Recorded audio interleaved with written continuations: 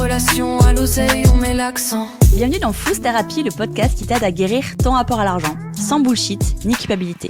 Je suis Suzy Mallette, coach money mindset, et ici, on parle cash. On gratte là où ça fait mal et on transforme ta relation à l'argent en profondeur, une prise de conscience à la fois. Chaque semaine, je te propose des épisodes qui vont droit au but, des réflexions puissantes, des outils concrets et parfois même des interviews sans langue de bois. Tu vas apprendre à mieux comprendre tes blocages, à reprendre le contrôle sur ton flouze et à créer une vie financière plus libre, plus alignée et plus assumée. Prête à faire la paix avec ton fric et à reprendre ta place ? Alors c'est parti pour l'épisode du jour. Tu ouvres ton appli bancaire combien de fois par semaine ? Une fois, deux fois, ou carrément peut-être tous les matins avec peut-être ton café, comme si ton compte allait t'envoyer une lettre d'amour. Et à chaque fois, en fait, tu regardes le chiffre, tu fronces un peu les sourcils, peut-être même tu vas souffler. Parfois, tu vas te rassurer. Ça va, c'est pas si pire que ce que je pensais. Ou parfois même, c'est l'inverse. Merde, comment je vais faire pour tenir jusqu'à la fin du mois ? Et le lendemain, tu recommences. Et le mois suivant, pareil. Et au final, en fait, rien ne change. Tu stresses autant, tu n'oses toujours pas planifier, tu continues à te demander du coup où ton argent passe. Et parfois même, c'est pire que ça parce que tu as l'impression que gérer tes finances, c'est juste en fait regarder un chiffre. Donc, dans l'épisode d'aujourd'hui, je vais te dire un truc qui va peut-être te piquer un peu. Regarder ton compte ne sert à rien si tu fais pas ce truc-là avant. Et je vais t'expliquer pourquoi checker son compte en banque, en boucle, peut en réalité te bloquer au lieu de t'aider. Ce que ton cerveau aussi fait vraiment dans ces moments-là. Et surtout le truc à poser avant d'ouvrir ton appli bancaire. Pour que cette fois, ça serve vraiment à quelque chose. Donc, ce que tu crois faire, et ce que tu fais vraiment quand tu ouvres ton compte, parce que tu penses que tu gères. Tu te dis, au moins, je suis au courant. Mais au courant de quoi ? C'est comme si le fait de voir le chiffre suffisait à reprendre le contrôle. Mais en réalité, c'est un peu comme passer devant ton frigo, l'ouvrir, regarder à l'intérieur et te dire, j'ai rien à manger et tu refermes. Sauf que t'as pas fait de liste de courses, tu sais pas ce que tu veux cuisiner et tu finis finalement par commander un truc à emporter, une livraison.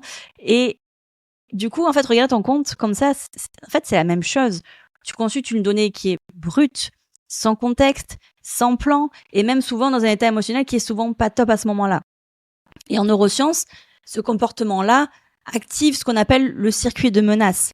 Donc, ton cerveau voit solde en baisse égale danger. Et là, en fait, il envoie un signal d'alerte à tout ton corps.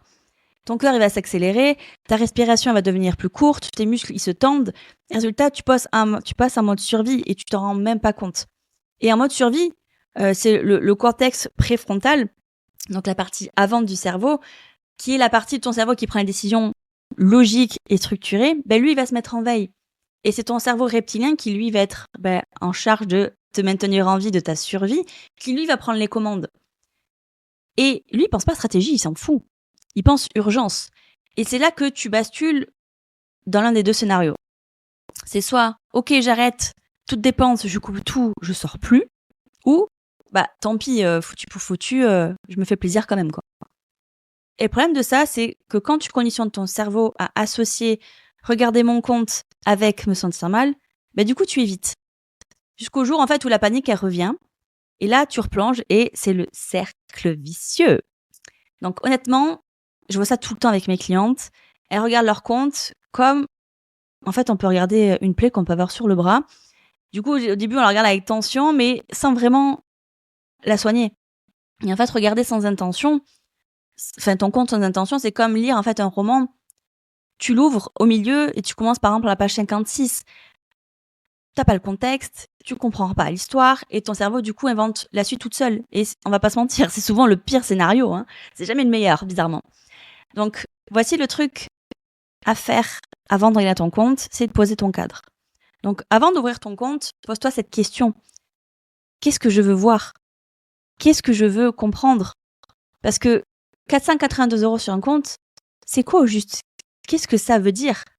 Si ton loyer est payé et que tes courses sont faites, ça va peut-être.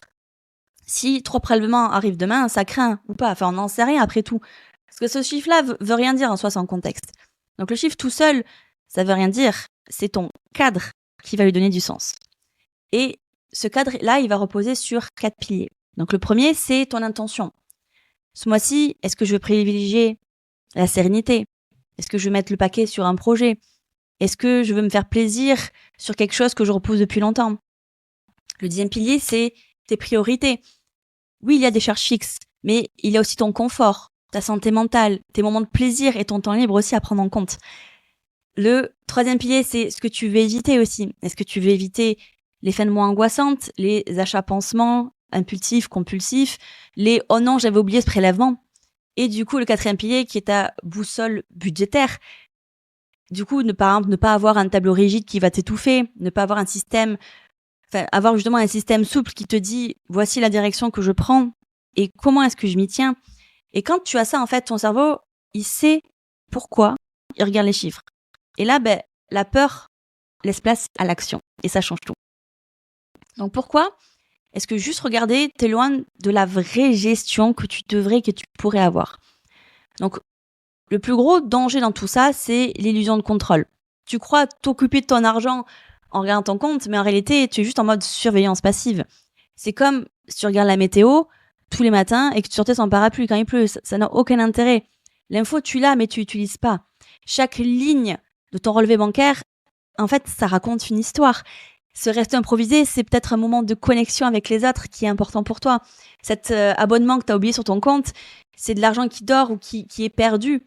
Ce retrait d'espèces, tu sais même plus à quoi il correspond. Et pour comprendre ces histoires-là, il faut avoir décidé à l'avance de quelle vie tu veux écrire aussi. Et c'est là, finalement, la vraie gestion. Savoir pourquoi tu dis oui, savoir pourquoi tu dis non, et être capable de le faire sans culpabilité. Et ça, c'est hyper important. Donc, regarder ton compte n'est pas inutile, hein, attention. Mais c'est comme regarder une carte sans savoir où tu vas. Tu vois les routes, mais tu bouges pas. Et la clé, c'est vraiment de créer cette boussole-là. Celle qui prend en compte ta réalité, tes envies, ton rythme, celle qui te permet de prendre des décisions qui sont claires, sans stress inutile. Et c'est exactement ça aussi que j'enseigne dans Boost ton oseille. C'est avoir un système clair, puissant, qui te ressemble et qui est simple. Des outils que tu peux appliquer tout de suite à mettre en place. On passe à l'action. Surtout une façon de gérer qui respecte ton quotidien, ton mental et qui tu es vraiment, tout en respectant ta personnalité financière qui est unique. Donc, je te laisse le lien juste en dessous et ne laisse pas encore un mois de plus à subir ton argent. On commence ensemble et tu verras, ton compte ne sera que meilleur après. J'espère que cet épisode t'a mis face à des choses importantes et surtout qu'il t'a donné envie d'agir autrement avec ton flouze. Si t'as aimé ce que t'as entendu, pense à t'abonner à Flouze Thérapie pour ne rien rater. Et surtout, laisse 5 étoiles et un avis sur la plateforme d'écoute parce que c'est ce qui permet au podcast d'exister et d'aider d'autres femmes à reprendre le pouvoir sur leur argent. Si t'as envie d'aller plus loin, tu peux t'abonner à mon compte Instagram, SuzyMLT, SUZYMLT. Donc merci pour ton écoute et à très vite pour un nouvel épisode de Flouze Thérapie. D'ici là, reste cash, libre et kiffe ton flouze. Flouze Thérapie, dans l'ombre sous les néons. Cache en main, on discute sans leçon. Les billets parlent, écho dans le béton. Ta relation à l'oseille, on met l'accent.